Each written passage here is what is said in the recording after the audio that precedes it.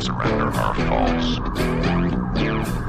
All orders to surrender are false. Hey everybody, welcome back to 3COG. Today's topic is firearms safety. I know it's not the most exciting topic in the world, but it's something that needs to be covered and should be covered. Overall, within the gun community, we're pretty good at being safe with firearms. Safety is stressed at a level that is so much higher than it was even 20 years ago.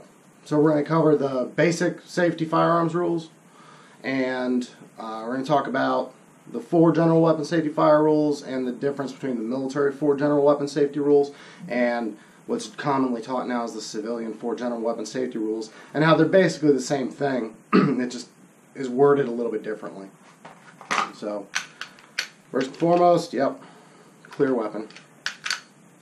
Alright, so rule number 1 is treat every weapon as if it were loaded. That's the same across the board.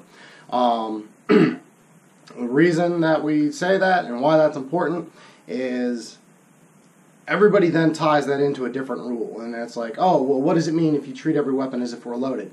And people say, oh, well, that means you never point at anything you don't want to shoot. Well, yes, but that's one of the other rules. So treat every weapon as if it were loaded. What it really boils down to is when you pick up a gun, if you're going to carry the gun, if you're at the range and you're about to shoot the gun, if you're buying a gun and somebody hands you a gun at the gun store, the very first thing you do is physically inspect it. You verify the chamber, magazine, safety, and double check your chamber. Alright? That's what it comes down to, is verify the condition of the weapon. If somebody hands you a gun and they say, hey, it's clear, don't just say, okay, it's clear, and then do anything with it. Physically, personally, verify the condition of the weapon. Rule number 2 is never point the weapon at anything you do not intend to shoot. That one is interesting because even right now, my weapon is pointed in a direction that I don't want it to go off.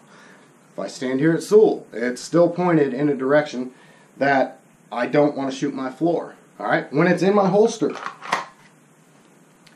it's still pointed in a direction at the floor that I don't want it to go off. So never point the weapon at anything you do not intend to shoot. The weapon's always pointed somewhere. So it means throughout weapons handling, anytime you're holding a weapon, you need to make the best decision about where you want that weapon pointed. You know, is the best place to be here at alert? Is the better position here in a tactical or a high port? You know, every situation is going to be different and it constantly changes, and you just have to be cognizant of it and think about where's the best place for my muzzle to be pointed right now. And that always changes. Rule number 3, keep your fingers straight off the trigger until you're ready to fire. That's simple. That's keep your finger off the trigger. Alright? In competition, in military shooting, a lot of people will rip the gun out fast, and as they're presenting, their finger shouldn't be here until they are level with the target and they are ready to start shooting. It's that simple. That one, there's not a whole lot of explanation. If you follow rule number 3, you're never going to have a negligent discharge. Keep your finger off the trigger until you are actually ready, intend to, mean to, I want to shoot bullets in that direction. Other than that, keep your finger off the trigger. The one exception to that rule is immediately after firing. So bang, bang, I'm going to keep my finger covering that trigger for a second as I decide whether or not that target needs more shots. Then my finger comes off and do your scan. Rule number 4, and this is where it differs between the military side and the civilian side. Rule number 4, military side, is keeping a weapon on safe until you are ready to fire.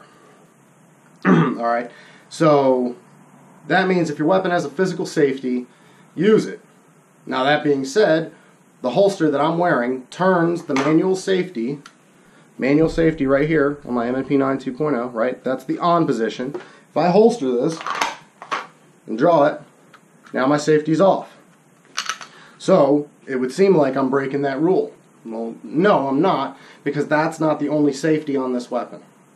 Okay, has a trigger safety right here. So without that being depressed, the safety is technically still on. That's a safety on the trigger. So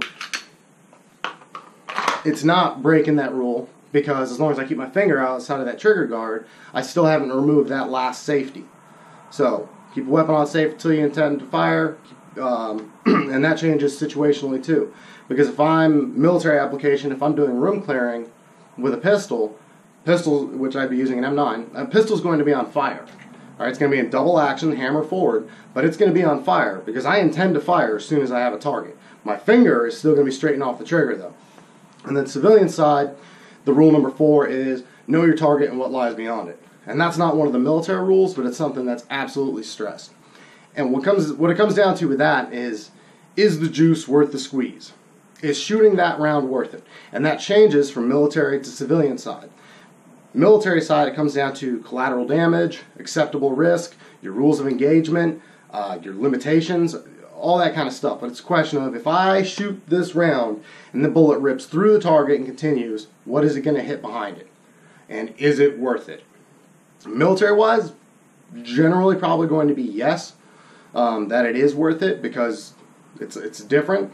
Civilian side, though, is definitely different because know your target and what lies beyond it. It comes down, there's so many things that go into that. State law. Do you have a duty or a requirement to retreat rather than fight? Some states, they say if you have the ability to retreat, that's your requirement. So you're at a gas station, somebody starts waving a gun around, the state law might say, in a robbery or something, the state law might say that if you have the ability to leave and get away, that's your requirement.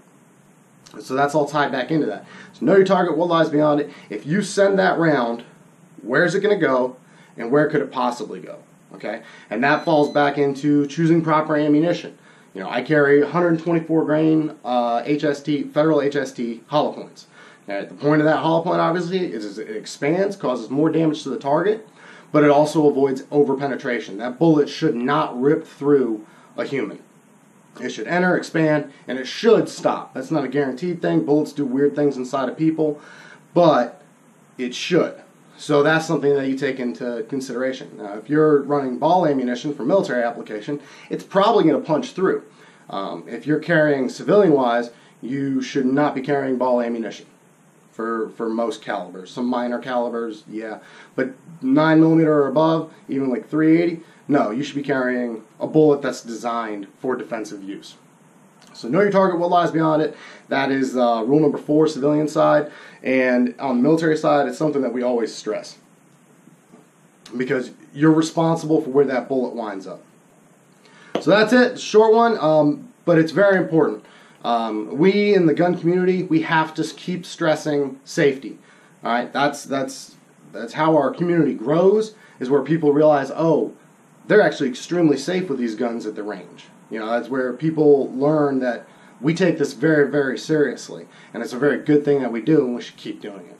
So thank you very much for watching. Please check out my various social media, Facebook, 3COG, Instagram, 3 Kinds of Guns, and obviously YouTube, 3 Kinds of Guns. Thank you very much for watching.